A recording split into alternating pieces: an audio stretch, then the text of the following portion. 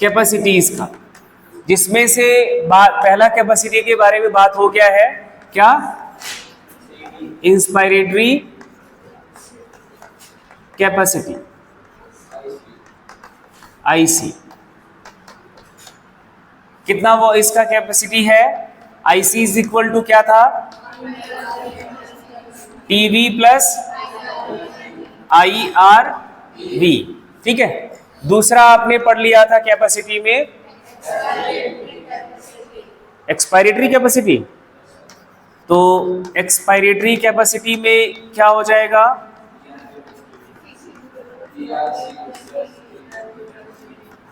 EC. तो EC में EC is equal to हो जाएगा क्या, E R V plus TV. Capacity का मतलब ये आप जो वैल्यूज है वो आपने कैलकुलेट कर लिया है। उसके बाद आपने लिखा था क्या, फंक्शनल रेजिडुअल कैपेसिटी, जिसे हम क्या लिखेंगे, F R C. F R C is equal to क्या हो गया, बोलो, ई, हाँ आरवी एक तो रेजिडुअल वॉल्यूम हो जाएगा और ई R we.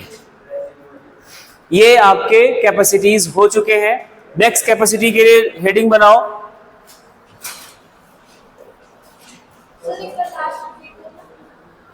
Functional residual capacity.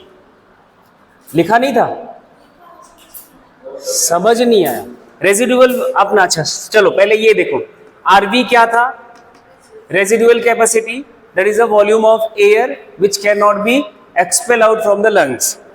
किसी भी हालत में वो बाहर नहीं आ सकता। अब यहाँ पे एक वर्ड दूसरा है तो रेजिडुअल वॉल्यूम ही, और उसके साथ साथ वर्ड है ये फंक्शनल। लंग्स का फंक्शन क्या है, गैसेस एक्सचेंज, है ना।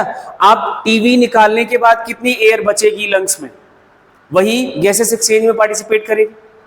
टीवी एक्सहेल कर दिया, टीवी क्या होगा, जितना इनहेल करा था उतना एक्सहेल कर दिया, उसके बाद जो एयर बचेगी उसमें गैसेस एक्सचेंज चल रहा होगा ब्लड एंड एल्वेलर एयर के बीच। और वो फंक्शनल जो वॉल्यूम होगा, टोटल वॉल्यूम, एक तो आरवी नहीं निकाला जा सकता कभी भी, जो आपने फोर्सफुली एक्सपायर कर सकते हैं वो वॉल्यूम भी तो लंग्स में पड़ा होगा।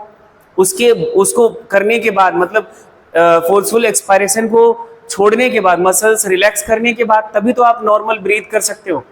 तो ये वॉल्यूम फिल होगा, ये वॉल्यूम फिल होगा जो फंक्शनल आपके उसमें गैसेस एक्सचेंज में पार्टिसिपेट कर रहा होगा।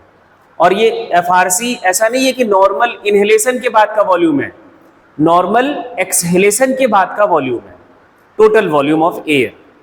नॉर्मल एक्सहेलेशन के बाद टोटल वॉल्यूम ऑफ एयर। अगर नॉर्मल इनहेलेशन के बाद का होता तो इसमें हमारा टीवी भी ऐड हो जाता। ठीक है, तो टीवी का मतलब नॉर्मल एक्सहेलेशन, टीवी निकल जाएगा, उसके बाद का जितना एयर बचा है वो आपका फंक्शनल रेजिडुअल वॉल्यूम हो गया, कैपेसिटी हो गया, सॉरी।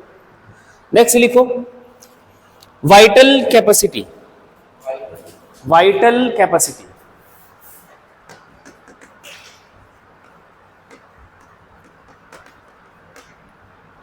शॉर्ट फॉर्म वीसी लिखेंगे, नंबर इसका हो जाएगा 4। Amount of air that can be, amount of air that can be expired by, ये आपको बताना होगा, expired by most forceful expiration after deepest inspiration, after deepest inspiration. तो क्या क्या हो जाएगा, स्टेटमेंट एक बार फिर से पढ़ो सभी। ये क्या है, अमाउंट ऑफ एयर है that can be most forceful expiration, जो मोस्ट पावरफुल मींस जितना भी आप फोर्सफुली एक्सपायर कर सकते हो, किसके बाद, मतलब मोस्ट पावरफुल इंस्पायरेशन के बाद। और मोस्ट पावरफुल इंस्पायरेशन क्या है? एक तो देखो, आप पहले वॉल्यूम पे जाओगे तो टीवी लेने के बाद तो आपका वो आता है इंस्पायरेटरी रिजर्व वॉल्यूम, तो वो आपका क्या आ जाता है? IRV, that is the most powerful inspiration. तो IRV के बाद फोर्सफुली मैक्सिमम कितना एयर एक्सहेल कर सकते हो, तो वो ये निकालोगे पहले, फिर ये निकालोगे, इसके नीचे आओगे तो फिर आ जाता है आपका ERV, यही आ जाता है। इतनी एयर आप मोस्ट फोर्सफुली एक्सपायर कर सकते हो। किसके बाद?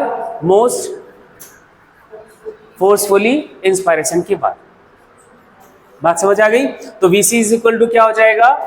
IRV plus TV plus ERV। Volume बोलो, 3000 प्लस 500 प्लस 1100। हाँ, 2500 से 3000 है तो 3000 मैक्सिमम ले लेते हैं।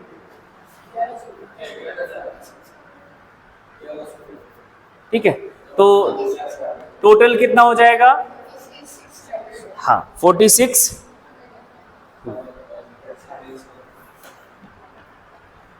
100 ml ऑफ एयर आप को हम बोलेंगे वाइटल कैपेसिटी। वाइटल वर्ड क्यों बोल रहे हैं? वाइटल किसके लिए टर्म लिखा जाता है? लिविंग स्टेट के लिए। इसके लिए लिविंग स्टेट। और लिविंग स्टेट तभी है जब तक आपकी बॉडी में एटीपी बन रहा है। और इन दोनों वॉल्यूम को गेन करने के लिए आपको एटीपी चाहिए, इंक्लूडिंग दिस। इंस्पायरेशन क्या है? एक एक्टिव प्रोसेस है, यही पढ़ा था। चाहे वो नॉर्मल हो, अगर फोर्सफुल है तब भी आपको और ज्यादा एनर्जी खर्च करनी पड़ेगी। And this one is also एक एक्सपेंसिव प्रोसेस है। तो ये इसमें इन सभी वॉल्यूम को गेन करने के लिए आपको एनर्जी खर्च करनी है, एटीपी खर्च करना है, इसलिए इसको बोल दिया जाता है वाइटल कैपेसिटी। ये वाइटली मींस लिविंग स्टेट में इतनी एयर आप मैक्सिमम गेन कर सकते हो लंग्स के अंदर। और ये इसके साथ साथ लंग्स में और एक एयर होएगी, कौन सी? RV भी होएगी। ठीक है, वो आपका क्या होता है वो आप लिखो। नेक्स्ट एक हेडिंग बनाओ। हाँ, total lung capacity. Total lung capacity TLC। वैसे TLC क्या है? एक ब्लड टेस्ट भी है। हाँ, टोटल ल्यूकोसाइट काउंट। WBC का नंबर पता किया जाता है कि आपके ब्लड में कितना है। एक जो ब्लड टेस्ट होता है ना TLC, DLC होता है। TLC से आपके ब्लड में WBC का नंबर कितना है वो पता चलता है। पैथोलॉजिकल टेस्ट है ये। हाँ, लिखो, total air, total volume of air that can accommodated in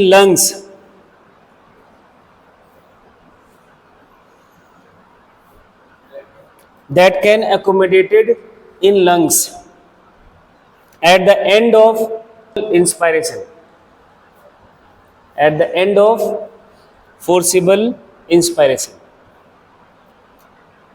तो फोर्सिबल इंस्पायरेशन का मतलब है ये IRV, यही होगा। IRV के नीचे क्या आता है?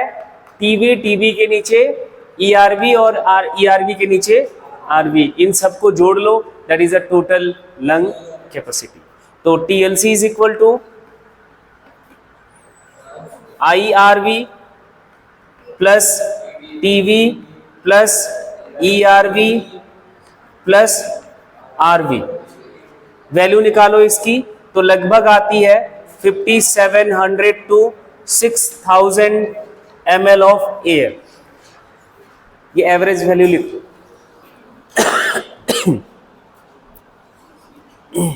या फिर इसको लिखा जाता है अप्रॉक्स 6000 ml या 6 लीटर। वॉल्यूम एंड कैपेसिटी की कहानी खत्म। अब ग्राफ पे इन सभी वॉल्यूम को एक ग्राफ पे रिप्रेजेंट कर लो और एक ग्राफ पे कैपेसिटी को रिप्रेजेंट कर लो, या फिर दोनों को एक ही ग्राफ पे बना लो। आरबी के ऊपर क्या हो जाएगा, ई आरवी, बोलो भाई, ई आरवी का कितना वैल्यू था, 2300, तो मतलब यहां पे कुछ आ जाएगा,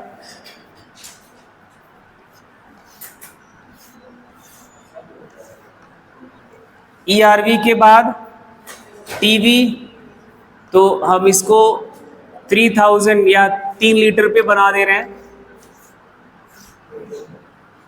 इसको चाहो तो ml में लिख लो, वॉल्यूम तो ज्यादा ठीक रहेगा।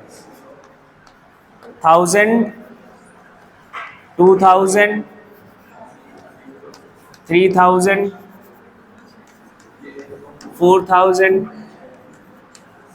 5, 6000, ये ml में है। वॉल्यूम ऑफ एयर, इस एक्सिस पर आप लिख रहे हो क्या, वॉल्यूम ऑफ एयर किस में है, इन ml। अब ये हो गया क्या, टीवी, टीवी के बाद IRV तो यहां पे आ जाएगा, ये IRV,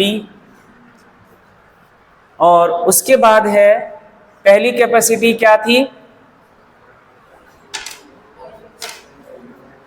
IC, तो IC क्या क्या हो जाएगा, IRV प्लस टीवी, ठीक है। तो यहां से यहां तक हो गया आपका IC, ठीक। इसके बाद दूसरा कैपेसिटी क्या था, EC, EC क्या था, वो यहां से यहां तक हो जाएगा, ठीक। इसको लिख लो EC। EC के बाद क्या था, FRC, FRC में क्या क्या आएगा, बोलो भाई, ERV प्लस RV, ये यहां से यहां तक की बात हो गई, ये हो गया F, R और C। उसके बाद क्या था, VC, VC में क्या आ जाएगा, यहां से लेकर यहां तक की कहानी, दैट इज द VC। और VC के बाद क्या बचा, TLC,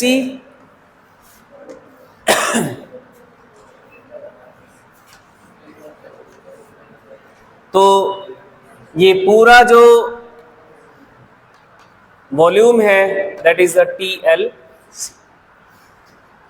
तो आपका वॉल्यूम और कैपेसिटी एक ग्राफ पर रिप्रेजेंट है, एक्सचेंज ऑफ गैसेस। अब देखो, आपको एक्सचेंज ऑफ गैसेस के साथ पहला बात तो ये याद रखना है कि एक्सचेंज जोन क्या था, बोलो भाई, एक्सचेंज जोन कहां से कहां तक लिखा था आपने, हाँ, रेस्पिरेटरी ब्रोंकियोल से लेकर एल्वियोलाई तक, यही वर्ड आपने समझा है अभी तक। अब मैं एक बात लिखने जा रहा हूं, ध्यान से देखना। मेन, ये उस टाइम पे हमने जिक्र भी करा था, main site of exchange of gases, exchange of gases, तो आंसर आता है सिर्फ क्या, एल्वियोलाई। ऐसा क्यों है ये आपको समझना है। देखो, गैसेस एक्सचेंज आपका रेस्पिरेटरी ब्रोंकियोल से लेकर एल्वियोलाई तक होता है, लेकिन main site of exchange of gases यही है। क्यों, क्योंकि रीजन लिखो, बिकॉज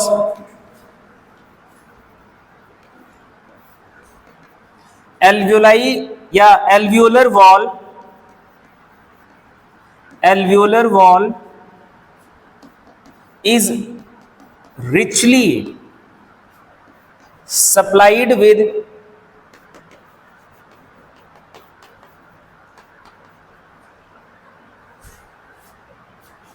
ब्लड वेसल्स,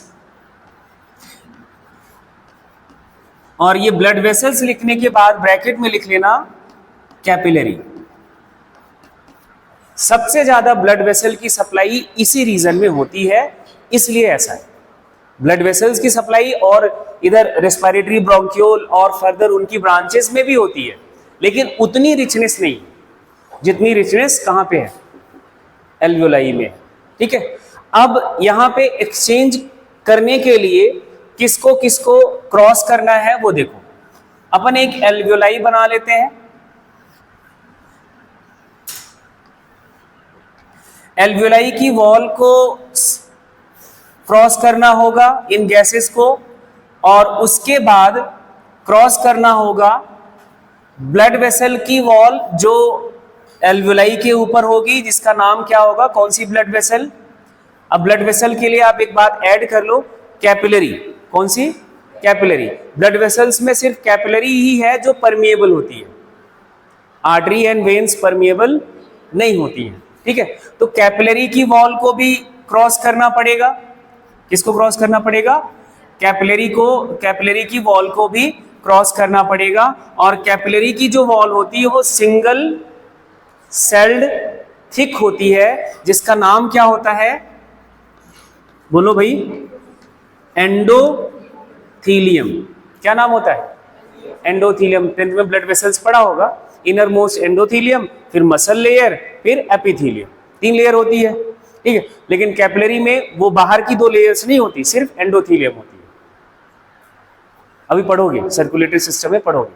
ठीक है, बट ये याद रखना, जो गैसेस यहां पे आएगी और जो ब्लड में गैसेस होएंगी, जो ब्लड में गैसेस होएंगी, इन्हीं के बीच एक्सचेंज हमें समझना है।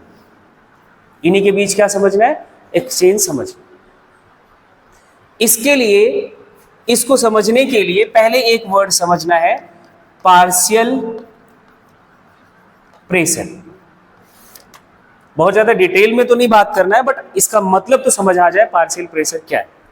जैसे हम जब इनहेल करते हैं, या इनहेल्ड जो एयर होगी उसमें सिर्फ ऑक्सीजन तो नहीं होगा, that is a air.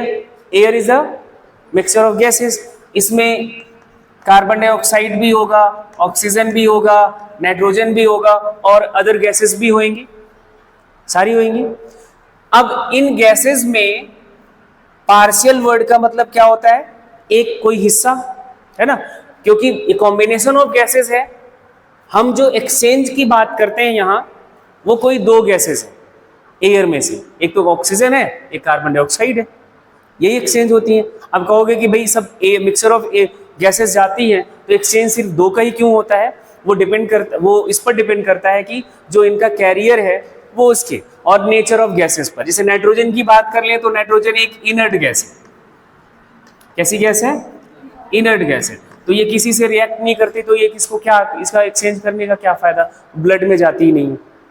Oxygen and carbon dioxide की जरूरत है, और ब्लड के पास वो हीमोग्लोबिन नाम आपने सुना होगा, एज अ एक मॉलिक्यूल है, कैरियर है, जो इसके साथ इनको कैरी करने में मदद करता है। तो पार्शियल प्रेशर हम लिखते हैं इस मिक्सचर ऑफ गैसेस में उस पर्टिकुलर गैस का कितना रोल, कितना पोर्शन है, कितना पार्ट है। जितना ज्यादा पार्शियल प्रेशर होगा उतना ही ज्यादा वो गैस उस मिक्सचर ऑफ गैसेस में है। बात समझ आई। अभी हम एक चार्ट बनाते हैं और उसकी मदद से आपको कुछ चीजें और समझ। ऐसे एक चार्ट बनाओ, एक कॉलम में लिखना है आपको रेस्पिरेटरी गैस,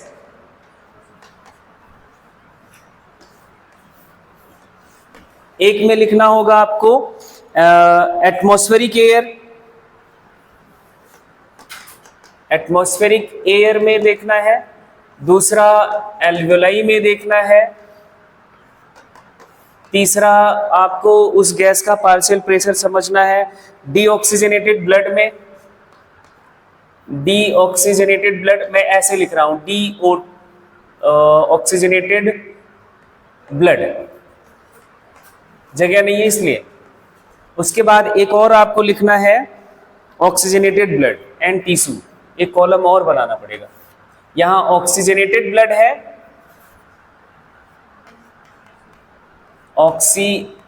ऑक्सीजनेटेड ब्लड, इसमें भी देखना है और टिश्यू में भी देखना है। इन सब में पार्शियल प्रेशर आपके दोनों रेस्पिरेटरी गैसेस का देखना है। पहली रेस्पिरेटरी गैस पार्शियल प्रेशर को लिखने के लिए क्या पी लिखोगे, और जो गैस दे लिखना है जैसे ऑक्सीजन लिखना है तो यहाँ नीचे O2 लिखोगे, ठीक है। अगर यही पार्शियल प्रेशर ऑफ CO2 लिखना है तो P कैपिटल CO2 यहाँ नीचे, ठीक है। तो पार्शियल प्रेशर ऑफ ऑक्सीजन देखेंगे कहाँ कहाँ पे, एटमॉस्फेरिक एयर में, फिर वो जब एयर एल्वियोलाई में पहुंचती है इनहेल करने के बाद, फिर जब वो ब्लड में पहुंच जाती है वही एयर जो आपने इनहेल किया, फिर जब वो ब्लड के पास पहुंच गई एंड हाँ सॉरी ये डीऑक्सीजनेटेड ब्लड है, यहाँ पे लिख देते हैं वर्ड डीऑक्सीजनेटेड ब्लड में। डीऑक्सीजनेटेड ब्लड में ऑक्सीजन का क्या पार्शियल प्रेशर होता है, ऑक्सीजनेटेड ब्लड में पार्शियल प्रेशर क्या होता है, मतलब एल्वियोलाई में पहुंचने के बाद वो एक्सचेंज होगा तो ऑक्सीजनेटेड हो जाएगा, तो उसमें क्या पार्शियल प्रेशर होता है और टिश्यू में क्या पार्शियल प्रेशर होता है। एक बार वैल्यू लिखो फिर ये सारा सब कुछ आपको समझ आएगा। एटमॉस्फेरिक एयर में होता है ऑक्सीजन, किसका, हम ऑक्सीजन की बात कर रहे हैं ना, हाँ ऑक्सीजन का होता है पार्शियल प्रेशर का यूनिट लिख लेना mmHg, एक ये भी लिख लेना 159 होता है, कितना होता है 159, एल्वियोलाई में 104 और डीऑक्सीजनेटेड ब्लड में 40 और ऑक्सीजनेटेड ब्लड में 95 एंड टिश्यू में 40।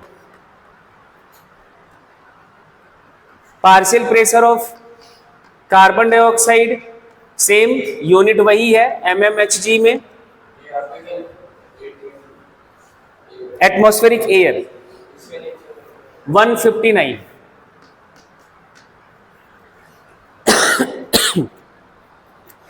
Partial pressure of carbon dioxide तो एयर में होता है 0.3 और एल्वियोलाई में 40 एंड देन डीऑक्सीजनेटेड ब्लड में 45, ऑक्सीजनेटेड ब्लड में 40 एंड टिश्यू में इसका पार्शियल प्रेशर होता है 45। ये आप चार्ट सामने रखो, अब इसको अपन समझते हैं। हाँ जी, हाँ दो ही गैसेस का हमें बात करना है, हमारा रेस्पिरेटरी गैस तो दो ही है ना। अब मैं एक डायग्राम बनाने जा रहा हूं, ध्यान से इसको देखो। हाँ आप बनाते रहो इसको। डबल सर्कुलेशन इतना सबको क्लियर है। इधर आपका क्या हो गया, ये लंग्स, ये बॉडी पार्ट्स। जो आप एयर इनहेल करोगे, सुनो पहले, अब ध्यान से सुनना, यहां जो एयर इनहेल करोगे वो क्या कहा जाएगा, एटमॉस्फेरिक एयर, ठीक है। इनहेल करने के बाद वो एयर लंग्स के अंदर आएगी, लंग्स का जो एंड पॉइंट है दैट इज अ एल्वियोलाई। क्या है, एल्वियोलाई। अब देखो यहां पहले मैं ऑक्सीजन का कंपैरिजन कर दूं तो एयर और एल्वियोलाई में पार्शियल प्रेशर ऑक्सीजन का कम हो जाता है। क्या हो जाता है, कम। तो ये आपको डिफरेंस याद रखना है। ऑक्सीजन का पार्शियल प्रेशर एटमॉस्फेरिक एयर में 159 होता है जबकि एल्वियोलाई में 104 होता है। अब इसके बाद इस लंग्स के पास इस राइट वेंट्रिकल से डीऑक्सीजनेटेड ब्लड पंप किया जाता है, यही पढ़ा है, डीऑक्सीजनेटेड ब्लड पंप किया जाता है। तो जो वहां पे एक कॉलम लिखा है डीऑक्सीजनेटेड ब्लड, तो डीऑक्सीजनेटेड ब्लड इस वाले ब्लड की बात की जाती है जो बॉडी पार्ट से आता है। कहां से आता है, ये बॉडी पार्ट से ब्लड कहां आया, राइट ऑरिकल में, राइट ऑरिकल से कहां, राइट वेंट्रिकल। यही ब्लड तो कहां जा रहा है, लंग्स में। तो इस ब्लड में ऑक्सीजन का पार्शियल प्रेशर 40 mmHg होता है। मतलब ऑक्सीजन डीऑक्सीजनेटेड ब्लड का मतलब ही है कि ऑक्सीजन कम है। डीऑक्सीजनेटेड ब्लड का मतलब ऑक्सीजन कम है। कितना कम है, वो ऑक्सीजन होता है, बिल्कुल नहीं, ऐसा नहीं कि बिल्कुल ऑक्सीजन नहीं होता, होता है, 40 mmHg होता है, ठीक है, इतनी बात। अब उसके बाद चले आओ, जब यही डीऑक्सीजनेटेड ब्लड लंग्स के पास जाता है, कहां जाता है, लंग्स के पास जाता है, और यहाँ मैं एक डायग्राम बना रहा हूँ, ये लंग्स के इंटरनल स्ट्रक्चर की बात है। एल्वियोलाई है, क्या है, एल्वियोलाई है, और एल्वियोलाई की वॉल में क्या सप्लाइड है, कैपिलरी, और कैपिलरी वो जो इम्प्योर ब्लड लेके आती है, फिर वो मींस डीऑक्सीजनेटेड ब्लड लेके आती है, डीऑक्सीजनेटेड ब्लड को ही इम्प्योर ब्लड कहा जाएगा, और जब वो ऑक्सीजनेटेड हो जाता है उसको हम क्या बोल देते हैं, प्योर ब्लड या ऑक्सीजनेटेड ब्लड बोल देंगे। जो अभी हमने यहाँ पे एक अलग ये वाले कलर से बनाया चौक का, तो ये वाला ब्लड वेसल, ये कैपिलरी का हिस्सा, इधर मतलब डीऑक्सीजनेटेड ब्लड है। कैसी ब्लड आ रही है, डीऑक्सीजनेटेड ब्लड है, अगर हम डायरेक्शन ये मान लेते हैं ब्लड के फ्लो का। डीऑक्सीजनेटेड ब्लड ये आ रही है जिसमें पार्शियल प्रेशर ऑक्सीजन का कितना होगा, partial pressure of O2 is 40 mmHg, ठीक है। जब यहाँ आपका एयर जो आया हुआ है एल्वियोलाई में, एयर का जो पहुंचा हुआ है इनहेल करने के बाद, इधर पार्शियल प्रेशर ऑफ ऑक्सीजन कितना है, 104, क्या है 104। जब ये डीऑक्सीजनेटेड ब्लड इस एल्वियोलाई के कांटेक्ट में आएगा तो 104 पार्शियल प्रेशर ज्यादा है 40 के कंपैरिजन में, तो गैसेस एक्सचेंज इस डायरेक्शन में होगा। मतलब ऑक्सीजन और एल्वियोलाई से ब्लड में क्या हो जाएगी, डिफ्यूज इन कर जाएगी। क्या हो जाएगा, डिफ्यूज इन कर जाएगी। बात समझ आई। अब ब्लड कैसा हो जाएगा, ऑक्सीजनेटेड। यहाँ पे फाइनली एक्सचेंज ऑफ गैसेस के बाद ये ब्लड हो जाएगा कैसा, ऑक्सीजनेटेड। ऑक्सीजनेटेड ब्लड में अगर आप देखो तो कितना हो जाता है, पार्शियल प्रेशर ऑफ ऑक्सीजन कितना हो जाता है, हाजी 95। मतलब जो एल्वियोलाई में था 104, उससे कम ही एयर ट्रांसफर होता है, ठीक है। अब देखो 95 mmHg का ऑक्सीजनेटेड ब्लड में ये पार्शियल प्रेशर है। अब यही ऑक्सीजनेटेड ब्लड लंग्स से कहां आएगी, लेफ्ट ऑरिकल में। लेफ्ट ऑरिकल इस ब्लड को पंप कर देगा कहां पे, लेफ्ट वेंट्रिकल में, and left ventricle pumps this oxygenated blood through out the body parts. अब बॉडी पार्ट्स के पास जाएगा ये ब्लड जिसके पास ऑक्सीजन क्या है, लोडेड है, मतलब ऑक्सीजन का पार्शियल प्रेशर ज्यादा है। किसके कंपैरिजन में, इस डीऑक्सीजनेटेड ब्लड के कंपैरिजन में। डीऑक्सीजनेटेड ब्लड के में ऑक्सीजन का पार्शियल प्रेशर कितना था, 40 था, और ऑक्सीजनेटेड में कितना हो गया, 95 हो गया है। अब ये बॉडी पार्ट्स के पास जाएगा। बॉडी पार्ट्स का मतलब है कि फिर से मैं यहाँ पे बना रहा हूँ,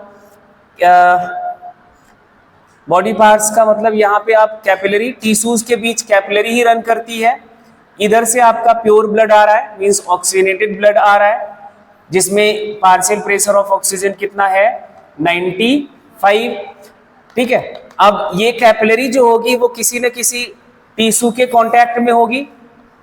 किसके कांटेक्ट में होगी, टिश्यू के कांटेक्ट में होगी। और टिश्यू का मतलब ग्रुप ऑफ सेल्स। सेल्स के अंदर सेलुलर रेस्पिरेशन चल रहा होगा एक्चुअली, भाई उसको एनर्जी चाहिए तो सेलुलर रेस्पिरेशन चलेगा कि नहीं चलेगा, चलेगा, है ना। अब वहां पे देखो एक कॉलम बना हुआ है टिश्यू का, किसका, टिश्यू का। सारे सेल्स इस कैपिलरी के कांटेक्ट में नहीं होते, कुछ सेल्स कहाँ होते हैं, इनके इससे दूर भी होते हैं, डिस्टेंटली लोकेटेड होते हैं। तो इन सेल्स के बीच में आपका क्या होता है, लिम्फ, क्या होता है, टिश्यू फ्लूइड, जिसे आप बोलते हो, क्या बोलते हो, टिश्यू फ्लूइड। अब ध्यान से सुनना, अभी थोड़ा सा और टाइम लगेगा इस बात को क्लियर करने में।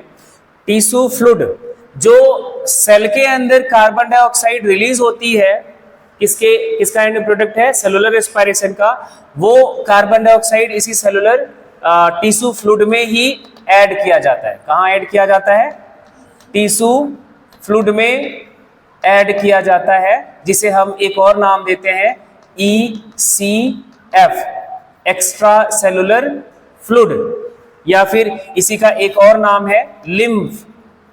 क्या नाम है, ये ब्लड का ही पार्ट होता है, अभी पढ़ेंगे इसको भी, ठीक है। इधर आपका ये कार्बन डाइऑक्साइड ऐड किया जाता है, और ये टिश्यू फ्लूइड में जो कार्बन डाइऑक्साइड का पार्शियल प्रेशर होता है, या इवन वहां पे हमने किसका लिखा है, ऑक्सीजन का लिखा है पहले, है ना। तो यहाँ टिश्यू फ्लूइड में जो ऑक्सीजन का पार्शियल प्रेशर है वो कितना है, हाजी 40 mmHg। कितना होता है, 40 mmHg इस टिश्यू फ्लूइड में। किसमें, टिश्यू फ्लूइड में, नहीं ऑक्सीजन का, टिश्यू फ्लूइड नहीं है। अभी ये जो 95 है वो ब्लड में है। रुको, वेट एंड वॉच थोड़ा सा। ये जो कैपिलरी में ब्लड आ रहा है इसके पास पार्शियल प्रेशर ऑक्सीजन का कितना, 95, है ना। जो कैपिलरी को क्रॉस कर जाता है ब्लड का component, liquid component, that is the lymph, वो टिश्यू के पास ही रहता है, ठीक है। अब जो ब्लड यहाँ 95 पार्शियल प्रेशर के साथ आया और टिश्यू फ्लूइड में ऑक्सीजन का पार्शियल प्रेशर कितना, 40, तो ऑक्सीजन का मूवमेंट किस डायरेक्शन में, इस डायरेक्शन से। मतलब ब्लड से ऑक्सीजन कहां जाएगा, टिश्यू फ्लूइड में जाएगा। एंड टिश्यू फ्लूइड के लिए एक बात याद कर लो, tissue fluid is the connecting link between blood and tissues. Blood हर सेल तक अपना जो भी ट्रांसपोर्ट मटेरियल है वो नहीं पहुंचा सकता, एंड उनके बीच आता है टिश्यू फ्लूइड जो हर सेल तक सारा, चाहे वो गैस है, कोई न्यूट्रिएंट है, वो हर सेल तक पहुंचाता है। इसलिए उसको कहा जाता है टिश्यू फ्लूइड को, that is a connecting link between blood and tissue. ठीक है, 2 मिनट रुकना, जाना नहीं। अब जब ये ऑक्सीजन कहां चला गया, टिश्यू फ्लूइड में जाएगा, ये डायरेक्शन होगा एक्सचेंज होने का। आपने यही बात लिखा हुआ है, इतनी बात हो गई। हाँ, उसके बाद ऑक्सीजनेटेड डीऑक्सीजनेटेड की बात हो गई। अब आगे देखो, अब जरा पार्शियल प्रेशर पहले कार्बन डाइऑक्साइड का समझ लो, फिर आपको अपने आप ऑटोमेटिकली समझ आ जाएगा कि एक्सचेंज क्यों होता है। एटमॉस्फेरिक एयर में partial pressure of carbon dioxide कितना है, PCO2, तो 0.3, कितना, 0.3। लेकिन जब यही कार्बन डाइऑक्साइड एल्वियोलाई तक पहुंचती है तो एल्वियोलाई में इसका पार्शियल प्रेशर कितना हो जाता है, PCO2 का, तो आपका आंसर है 40 mmHg। अब जरा देखना, डीऑक्सीजनेटेड ब्लड में पार्शियल प्रेशर कार्बन डाइऑक्साइड का कितना है, 45। जो यहाँ पे डीऑक्सीजनेटेड ब्लड लंग्स के पास आ रहा है, जिसमें partial pressure of carbon dioxide कितना होगा, 45, और एल्वियोलाई में कितना है, 40। तो direction of movement of carbon dioxide या डिफ्यूजन किधर होगा, ब्लड टू एल्वियोलाई, इसलिए कार्बन डाइऑक्साइड यहां जाती है, क्योंकि पार्शियल प्रेशर डीऑक्सीजनेटेड ब्लड में कार्बन डाइऑक्साइड का ज्यादा होता है और एल्वियोलाई में कम होता है। एल्वियोलाई में क्या होता है, कम होता है, इसलिए कार्बन डाइऑक्साइड कहां, डीऑक्सीजनेटेड ब्लड से कहां, एल्वियोलाई में। और सेम बात वही, एल्वियोलाई में पार्शियल प्रेशर ऑफ ऑक्सीजन का ज्यादा होता है और डीऑक्सीजनेटेड ब्लड में कम होता है, तो ऑक्सीजन एल्वियोलाई से डीऑक्सीजनेटेड ब्लड की तरफ डिफ्यूज इन कर जाती है। पहली बात समझ आ गई। अब ये ऑक्सीजनेटेड ब्लड ट्रांसपोर्ट करेगा। अब यहां देख लो, एल्वियोलाई के बाद का बात है, डीऑक्सीजनेटेड ब्लड हो गया। ऑक्सीजनेटेड ब्लड में, जो ऑक्सीजनेटेड ब्लड यहां आ रहा है लंग्स से, तो ऑक्सीजनेटेड ब्लड में भी कार्बन डाइऑक्साइड का पार्शियल प्रेशर कितना है, 40। कितना है, 40 है। And last one is the tissue, कौन सा, टिश्यू फ्लूइड। टिश्यू फ्लूइड में partial pressure of carbon dioxide कितना है, 45। अब जरा सोचो, जब ये प्योर आपका ऑक्सीजनेटेड ब्लड आ रहा है, इसमें partial pressure of carbon dioxide 40 है और टिश्यू फ्लूइड में कितना है, partial pressure of CO2 is the 45। तो गैसेस मूवमेंट किस डायरेक्शन में होगा, टिश्यू फ्लूइड से किधर जाएगा, ऑक्सीजनेटेड ब्लड की तरफ जाएगा। तो इधर कार्बन डाइऑक्साइड का मूवमेंट इस डायरेक्शन में। बात समझ आई इतनी। अभी हमें जो गैसेस एक्सचेंज समझना है, पहले हम इस साइड का समझेंगे, फिर इस साइड का समझेंगे, यही नहीं अभी एक साइड और बची है, और वो ये है सेल के अंदर partial pressure oxygen and carbon dioxide का अलग होता है, टिश्यू फ्लूइड में अलग होता है। सेल से इसमें एक्सचेंज होगा तभी तो टिश्यू फ्लूइड में ऐड होगा। इधर का भी बात